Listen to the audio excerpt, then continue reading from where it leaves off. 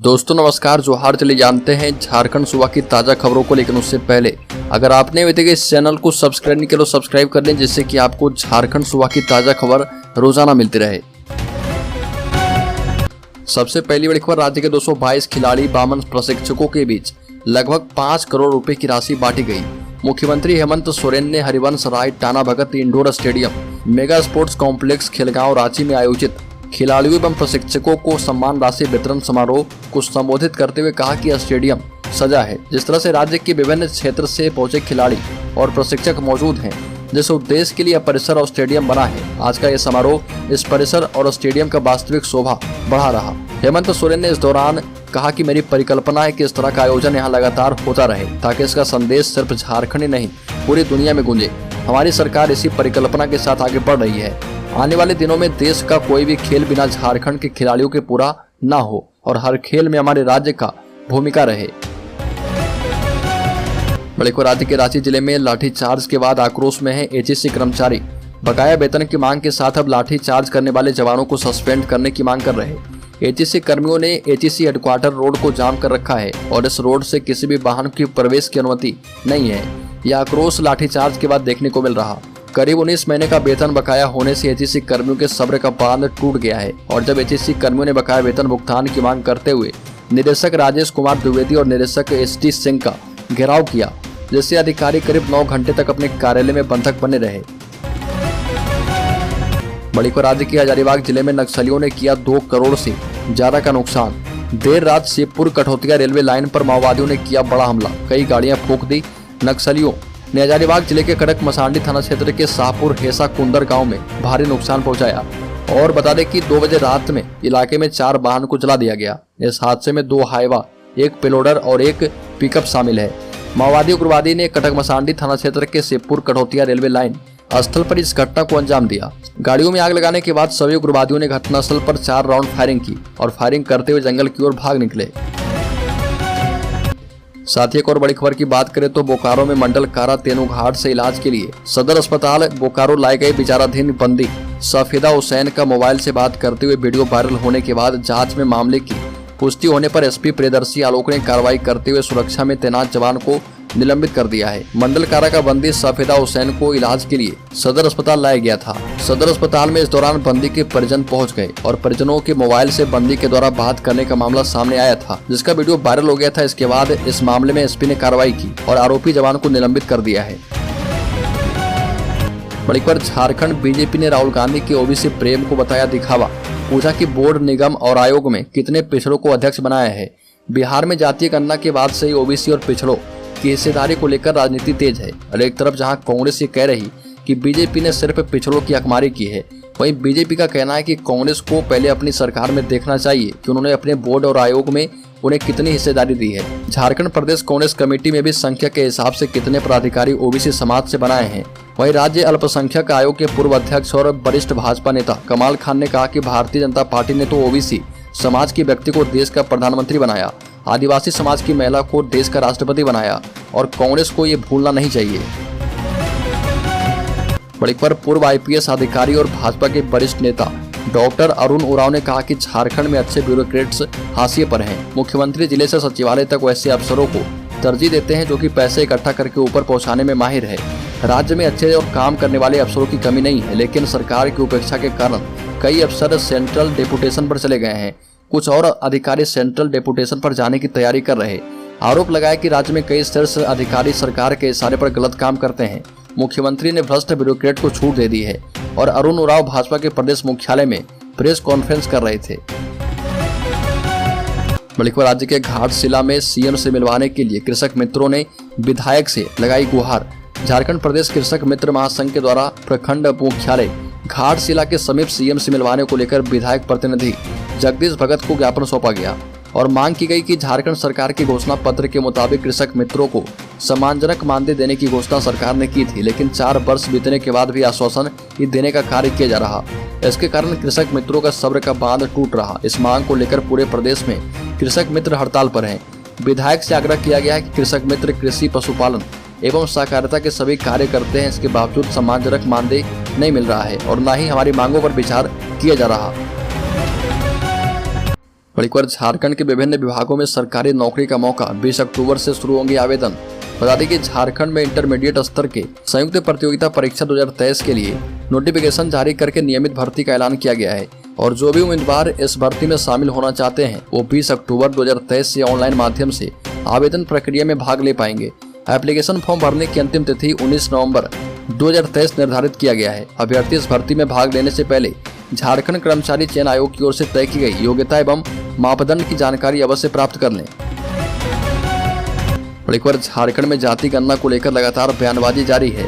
अब मंत्री आलमगीर आलम ने कहा कि झारखंड में सिर्फ जाति नहीं, आर्थिक और शैक्षणिक गणना भी होनी चाहिए। बता दें कि जाति जनगणना की मांग बिहार के बाद अब झारखंड में भी तेज होने लगी है।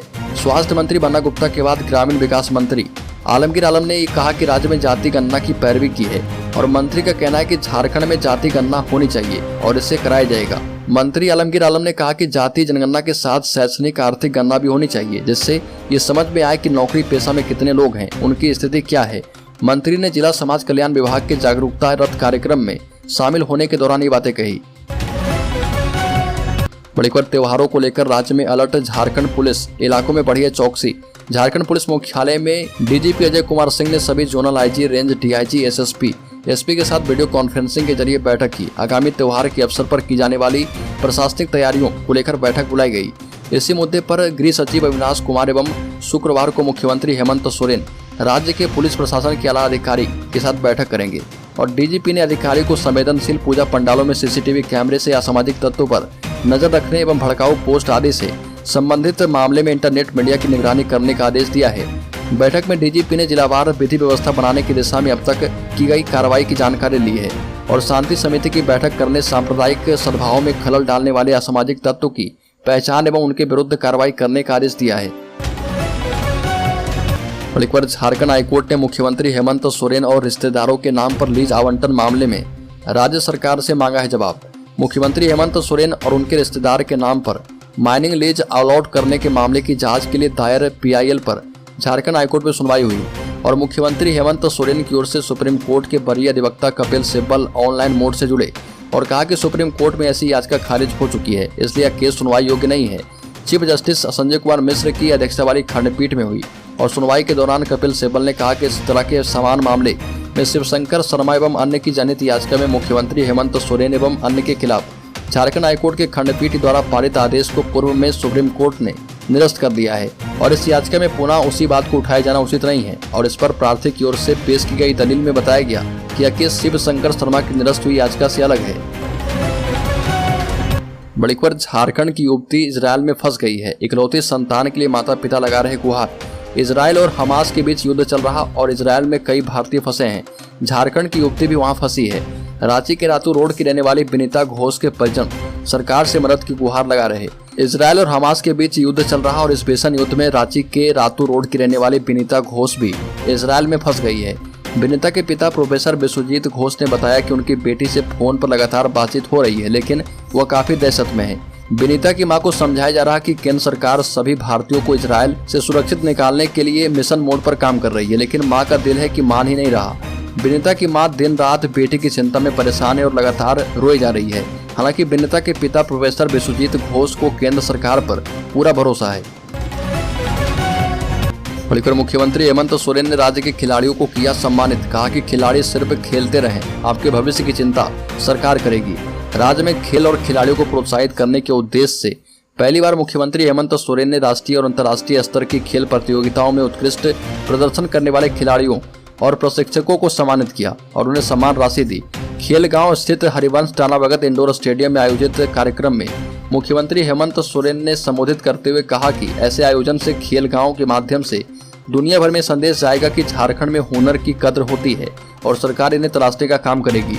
मुख्यमंत्री ने खिलाड़ियों से कहा कि आप खेलते रहिए, सरकार आपके भविष्य की चिंता करेगी और खिलाड़ियों का भविष्य सुरक्षित करने की गारंटी सरकार की है। बड़ी खबर झारखंड के राज्यपाल सीपी राधाकृष्णन की सुरक्षा में चूक, मंच पर पहुंचा नशेड़ी युवक। जमशेदपुर के विष्णुपुर के गोपाल मैदान में चल रहे आदि महोत्सव में राज्यपाल सीपी राधाकृष्णन की सुरक्षा में चूक का मामला सामने आया। समारोह के दौरान ही मंच पर एक युवक चढ़ गया और हालांकि बाद में पुलिस ने उसे घेरे में ले लिया और बाहर कर दिया। कहा जा रहा है कि जिस समय युवक मंच पर चढ़ा था उस समय नशे में था। हालांकि पुलिस इससे इनकार कर रही है। गोपाल मैदान में आदि महोत्सव समारोह को संबोधित करने के बाद राज्यपाल सीपी राधाकृष्णन मंच के सामने बैठे थे और उस कलाकार आदिवासी पारंपरिक नृत्य प्रस्तुत कर रहे थे। तभी गीत पेश कर रही कलाकार ने पुलिसकर्मियों की तरफ इशारा करते हुए कहा कि देखिए मंच पर कोई चला आया है, और इसके बाद जवानों ने मंच पर चढ़े युवक को घेरे में ले लिया। बलिकवर झारखंड हाईकोर्ट का बड़ा आदेश, कहा कि रात 10 से सुबह 6 बजे तक नहीं बजेंगे साउंड सिस्टम। झारखंड हाईकोर्ट ने राजधानी रांची में बढ़ते ध्वनि प्रदूषण पर नियंत्रण को लेकर दर्ज जनहित याचिका पर सुनवाई के बाद आदेश पारित कर दिया है। चीफ जस्टिस संजय कुमार मिश्र एवं जस्टिस आनंद सेन की खंडपीठ ने प्रतिवादियों को सभी बिंदुओं को स्पष्ट करते हुए नए सिरे से शपथ पत्र दायर करने का निर्देश दिया है। साथ ही मामले की अगली सुनवाई भी करने को लेकर तिथि निर्धारित कर दी है।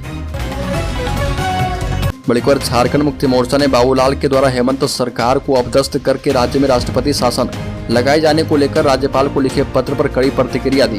पार्टी के केंद्रीय महासचिव सह प्रवक्ता सुप्रियो भट्टाचार्य ने एसआर मुंबई और केशवानंद भारती मामले का उदाहरण देते हुए कहा कि बहुमत वाली सरकार को बर्खास्त नहीं किया जा सकता है। साथ ही सुप्रियो भट्टाचार्य ने कहा कि बाबूलाल मरांडी शायद यह भूल रहे हैं कि झारखंड सरकार एसओपी से चलती है, नियम कायदा कानून से चलती है। वहीं एनसीपी विधायक कमलेश सिंह के द्वारा हुसैनाबाद को जिला का दर्जा दिए जाने की मांग नहीं पूरा होने पर सरकार से समर्थन वापस लेने की चेतावनी पर कहा कि 3 दिन पहले जो शख्स अपने को एनडीए का हिस्सा बता रहा था वो शख्स आज अपने को इंडिया गठबंधन से अलग होने की चेतावनी देता है।